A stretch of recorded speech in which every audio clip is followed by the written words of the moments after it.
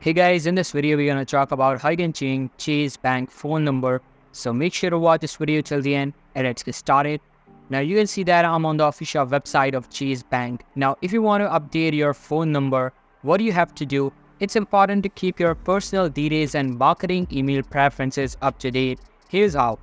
Now after signing into your account, choose the person icon and then choose profile and settings. After that, you have to choose personal details and then you have to choose email. Choose edit and then make changes and choose save.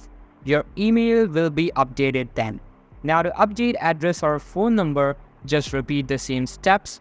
What you have to do is to update email preferences, then choose marketing email preferences and mark yes to each email category to be the first to know about offers, discounts and events. After that, just save the changes. You have updated your personal details and marketing email preferences. So this is basically how you can change your phone number in Chase Bank. So that's all for today's video. Hope you liked the video. I'll be meeting you in the next one. See you soon. Bye.